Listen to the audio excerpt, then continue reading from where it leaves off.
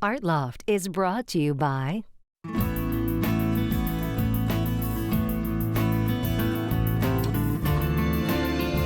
Where there is freedom, there is expression. The Florida Keys and Key West. and the Friends of South Florida PBS.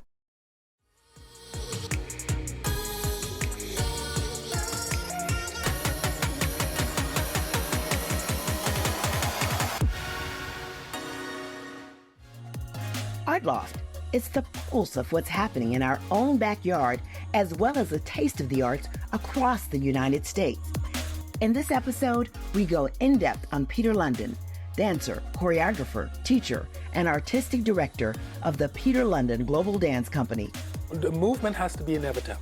As Martha says, the movement have to have several things in order for it to speak clearly to the audience. So it has to have a sense of inevitability, which means you can't get to the next movement until you completely fulfill the movement prior. The movement, it has to have clarity, and it has to have precision, and it also has to be imbued with passion from the heart. Stay tuned for this very personal episode.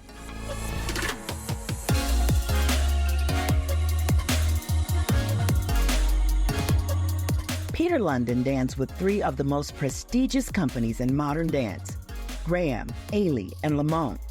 Martha Graham and Alvin Ailey personally asked London to join their companies. Now he's teaching another generation what he learned from them, as well as the history of traditional dances he learned growing up in Trinidad. Many of his former students are now at the very peak of the profession. The Peter London Global Dance Company features a fusion of African, Caribbean, ballet, and modern dance. He talked to Art Loft about the joy and responsibility of having his own company.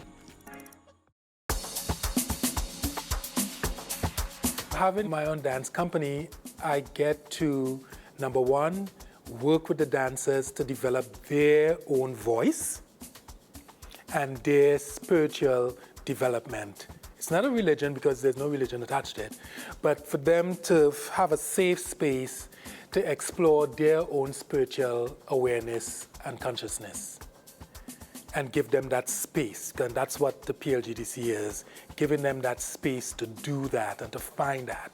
So there's no interference at all with them. They come in, they have their space, they work and they do, and I guide them through that, and so on and so on.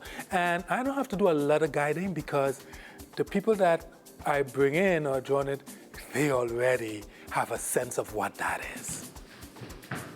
Right, left, tilt to your left, and one, foot to get you out. I started with him in 2019 at the African Heritage Cultural Art Center. He was looking for a group of young men to dance in his Black Men Stories, and I'm now a company member as of last year, December. He is very spiritual, and he loves on every one of his company members, which is a big reason why I was so ecstatic to join the company.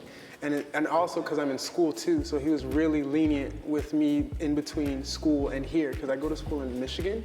I'm a sophomore BFA musical theater major, and he's been really lenient enough and really nice enough to have me here, company member, and also in school. So he's just such a kind heart. He was actually my teacher at Newark School of the Arts. So I worked with him for 4 years. And then after I graduated, he called me to be a part of the company. So I'm just very grateful for that. And I feel like working with him in school definitely helped. Move back, move back, move back, move. 6, 5, 6. Peter London is like, you never know what to expect. It just keeps you on your toes. And it's very challenging, and it keeps you moving forward. Position 3, position 4, that sweep. And sweep.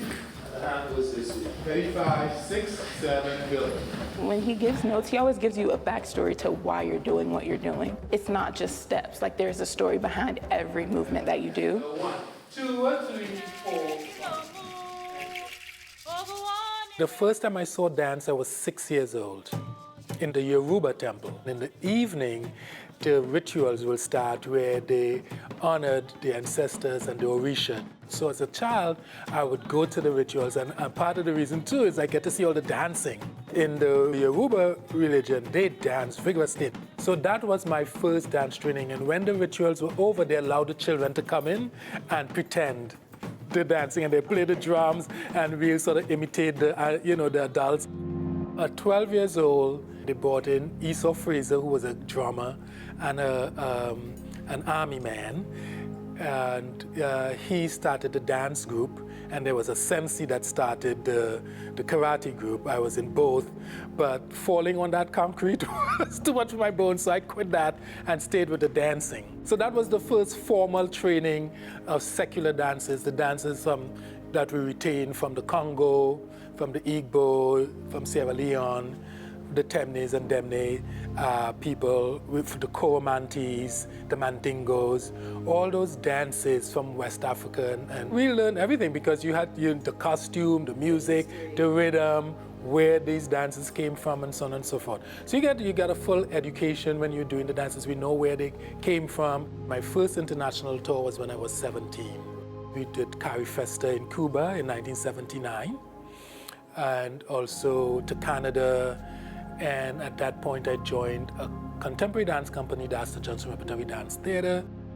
And so that's when I started ballet, classical ballet training at Caribbean School of Dancing. So I was doing Arsht Center Repertory Dance Theater, directing the folk dance group, and going to ballet school and joined the ballet school company. And then by age 23, around that time, I decided I wanted to fuse the ballet, the African dance, and the contemporary dance, the Horton technique and all of that, and then to choreograph using these techniques. And I was like, where am I going to get? I want the best. I want it from the masters. And I said, where is that? But we had several students from the ballet school and other places had already graduated from Julliard, and other people going to Julliard. I said, well, that's the place to go, because I saw them. They were phenomenal when they came back.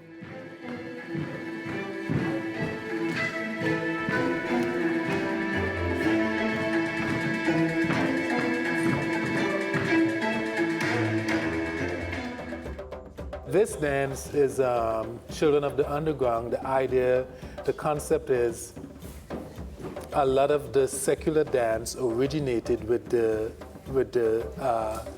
sacred dances. So you can see movements that might be done in a Orisha feast in the carnival dance, in the calypso, and so on and so forth. And then we take that, like in New York, I don't know, the carnival dances in Trinidad, but like in New York, I would go out and you go to like Song Factory Bar. And in there, the revelers, they came from the Bronx, Brooklyn, Harlem, New Jersey, some as far as Philadelphia. And Saturday night, it would be a party scene, and people would dance like a Congo square. And folks would dance. You saw some of the most incredible dancing, and it's all improv, but you see it, you see the origin is African, you know?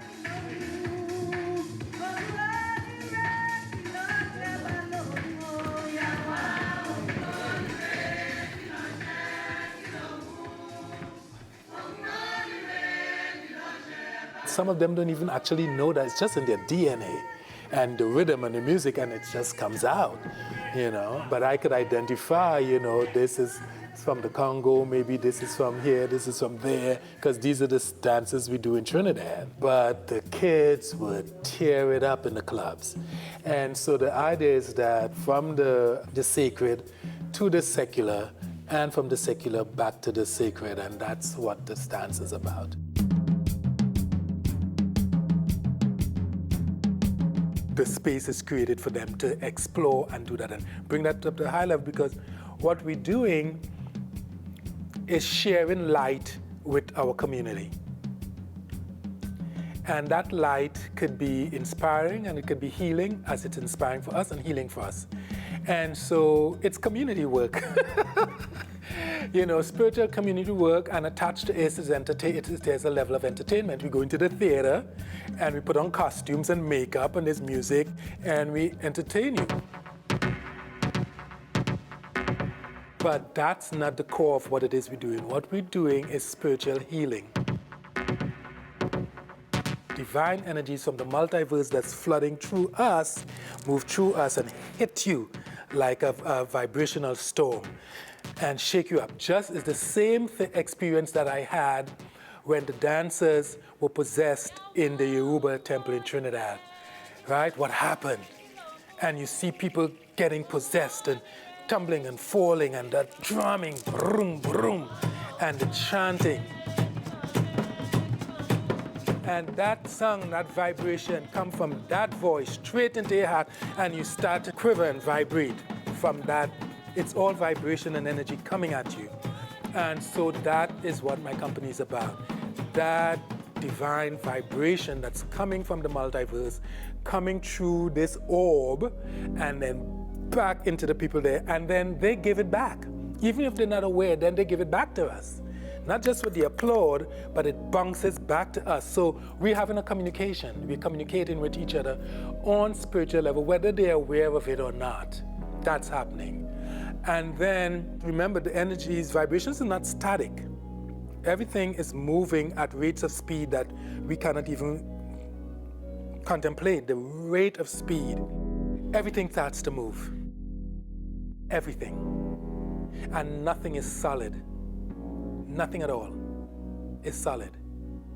And everything is music. Music. 5, 6, 7, and. Okay, hold on. So this elbow actually have to go down to the floor on a diagonal. That's where it's going. That's the direction. Yes, down to that floor on a diagonal. Ready? Down, diagonally down. Keep your torso down.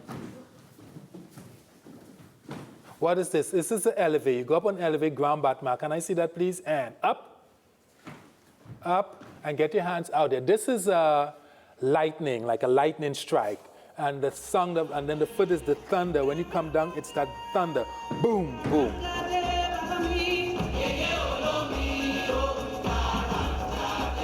From the top. Okay, can you back up a little bit so you're not directly in front of her? Okay.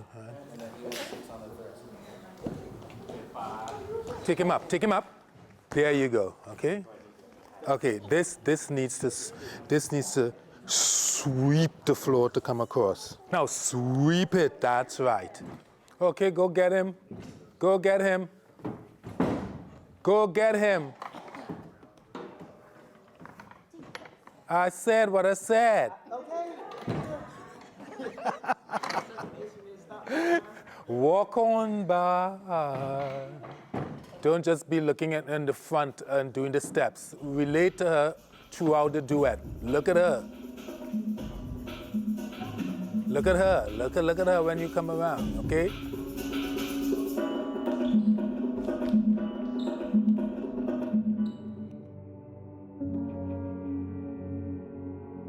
Alvin came in and he came backstage at the theater at Julliard, and he's like, I want you to dance with my company. And Alvin is a big guy, and I'm sweating, I just finished. And I said, no. And he says, what do you mean, no? I said, I can't. He said, what do you mean can't? I said, no, I can't. He says, well, you know, 300 people sometimes show up to my audition. I don't ask people to dance in my company. They come to the audition. And I'm inviting you, and you tell me no? I says, well, I'm a freshman. He said, you're a freshman? I said, yes, I just got here. He says, where are you from anyway? Where's that accent from? I said, I'm from Trinidad. He says, oh, I see, Geoffrey Holder. And he and Geoffrey Holder are very close. They knew each other when they danced in the House of Flowers on Broadway back in the 50s. And I says, no, it's not like that. I was just a freshman and I want to do my BFA. I want to get, he says, okay, well, come on down and see me, because I saw Jose dance, and you know, you remind me of José Limón. So come on down and see me. And I went down to see him the next week, and he gave me a full scholarship. I would take class at Julliard and put on my stuff and jump in the train and run down and take my class with Denise Jefferson and Kelvin Otadie, who was also from Trinidad and a company member there, and Ralph Farrington. And then I will keep my tights on and put on my winter clothes and jump on the train and run back up to Julliard for my rehearsal. I did that for like 4 years, back and forth between Julliard and the Ailey School. Yeah, it was fantastic. I mean, Alvin was wonderful. Then they sent me to dance with the José Limón dance company in my last year at Julliard. So Alvin was waiting for me. Peggy Lyman had already spoken to the Graham people about me and asked me when I'm coming over. And so I had to make a decision. Do I go and work with Martha Graham, Alvin Ailey, or stay with José Limón? And I decided I was going to go with Martha Graham because of the theatrical and the theater that reminded me of the Yoruba ceremonies. I had to come down to the studio to tell Alvin. And then I said, Alvin, I'm not going to take the job. And he just froze. Silence, and silence. I was like, oh my God, what do I do? What do I do? What do I do? And it seemed like an eternity of time, but it wasn't. I changed my mind. So just as I was going to say, okay, Alvin, I'm going to take the job, he turned to me and says, Pete, these are his exact words because it's seared in my mind. He turned to me and says, Peter, in that big southern voice, Peter, Martha Graham is a very important person in the dance world. You're a young man. Go ahead and do it. And if it doesn't work out, come on back. The door is always open to you. That's what Alvin said to me. And then I had to go over to Martha. She's sitting there in a purple outfit with a black scarf around her head, a Halston outfit. And then she said to me, I heard you were here. I want you to dance with me and my company. Just like that, looking at me physically. And I had an out-of-body experience. I literally had a phenomenal, my soul, whatever it is, left me, and I'm looking down, going, my life has just changed. And I'm there just staring at Martha, and if you knew Martha Graham, when Martha looked at you, she's not looking at you, she's looking through your soul. She's looking straight into your soul, into your pineal gland. If you really know, that's how she looked at, Martha would look at you. She's not talking to the body, she's talking to the soul.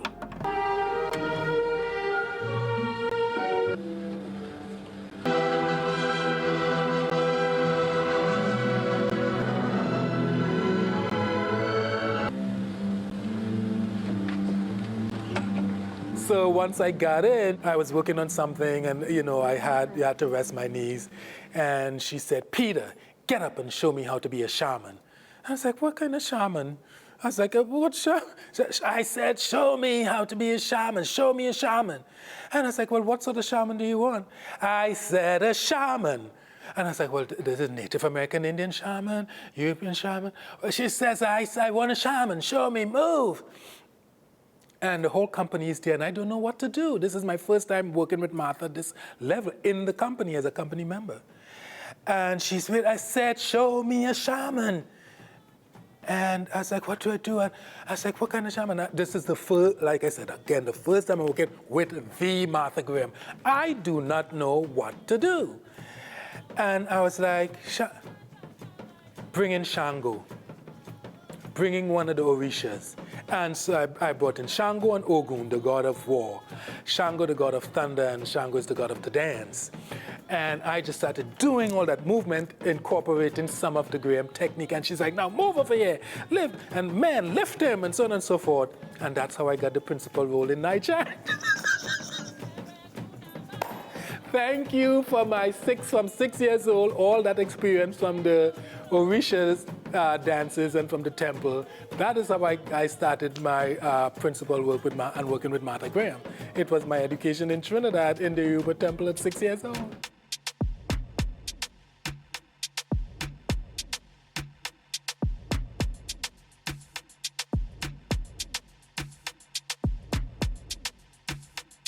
We have enjoyed his dance for quite a long time. It's just so energetic, particularly with his Caribbean dance, and so creative.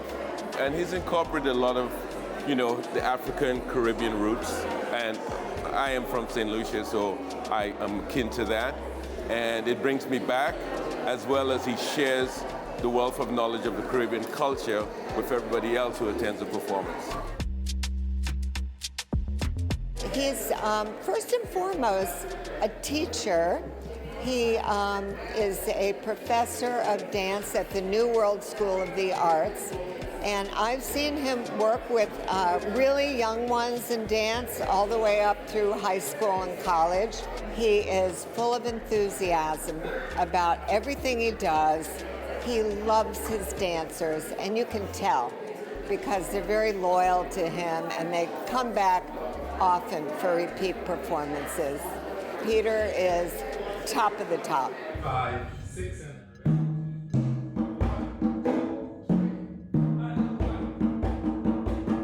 I don't teach chorus dancers, I teach principal dancers. I teach you to perform at the Paris Opera House. That's where I teach you to perform. There, that's the work. And it's brutal because you have to work very quickly at a very high level with many different dimensions coming at you at the same time to prepare them so when they go out, they don't have to be retrained again and start from scratch. You can walk right in to the Alvin Ailey American Dance Company or the José Limón or to Martha Graham, and that's what I've been doing for the past number of years. We're not in here doing class.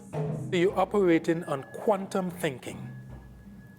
And so the actual technical thing, move your hip here and move your foot here, those are building muscles and giving you information of how to move the craft of the body.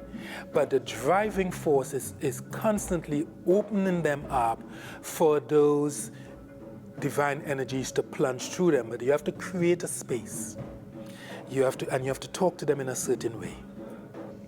And you have to watch them, each person, watch them, every movement they make. Up, going up to the dots, and up, and go up higher, Each one is different and you have to work with each one absolutely separately on their own time, pushing them, pulling them. Yeah, they're called a student because they're in an institution, but they're not students. They're divine beings. And if you're working with them at that level, it's a very deep commitment. I work with them the way my teachers work with me in Trinidad and the way Martha Graham worked with me and Alvin worked with me. I'm not teaching them a class. I'm training them to manifest their spiritual being. It's spiritual work. At the end of the day, it's spiritual work.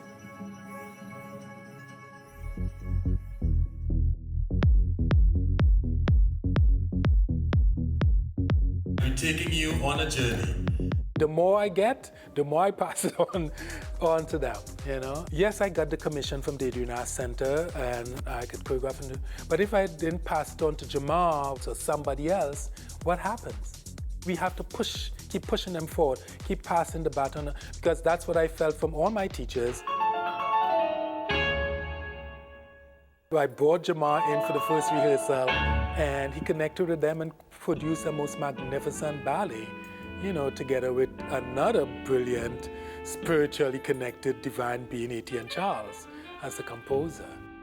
He also knows all about the Yoruba and the retention of African music and dance. So in his composition for Jamar Roberts, he actually he goes in and draws in the omele from the Orisha dances. The omele rhythm there are 3 drums. There's the mother drum, the big one, then the second, and then the small, tiny one that's played with 2 sticks is the omele. And you hear that in that, and man, it is phenomenal. It takes you on a journey.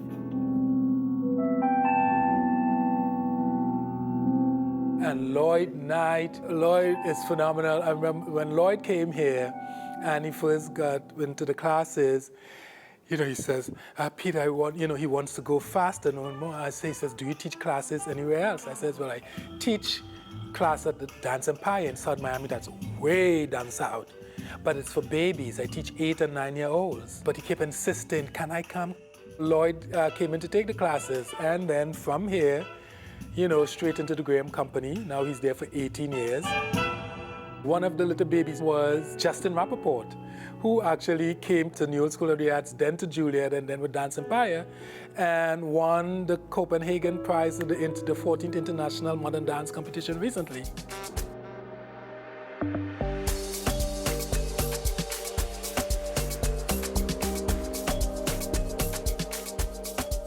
those of you who watch us and try to help get the word out to celebrate what all these wonderful young people are doing, not just in my company, but all the other companies and schools and so on and so forth in this community in Miami and the communities around the country, the United States, and all the people in the background who never get seen, all the teachers, you know, the parents, the godmothers, and so on and so forth.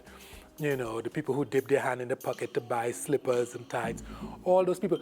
And so basically, I'm just a thread in the carpet, you know, just a tiny little thread.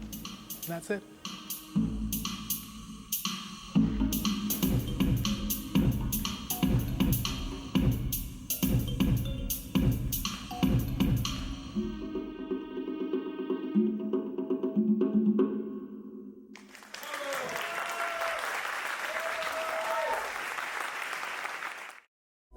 Art Loft is on Instagram at Art Loft SFL. Tag us on your art adventures. Find full episodes, segments, and more at artloftsfl.org and on YouTube at South Florida PBS.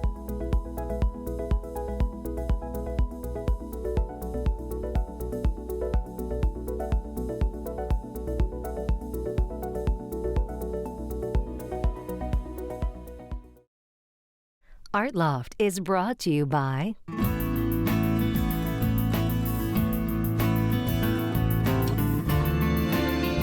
Where there is freedom, there is expression. The Florida Keys and Key West. and the Friends of South Florida PBS.